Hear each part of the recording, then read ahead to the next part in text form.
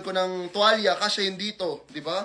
So, alam niyo ba, mag-share go si Tito sa birthday niya, and siya lang mag-isa, and hindi niya na essentials, tas ganito kalaking bag yung binili ko sa kanya. Ayan, binilan kasi ako guys ni Maring Chloe dito sa TikTok shop. So, ilagay na din natin. Ayan, thank you so much. And, tignan nyo, sobrang laki. Ayan. Diba? Asya dyan. Tapos nagtatanong si Chloe kasi sino daw magpipicture sa akin. Kunin mo yung magpipicture sa akin. Wait, huwag mong pakita. Baka makita nila si Love. Joke lang. Guys, ito lang.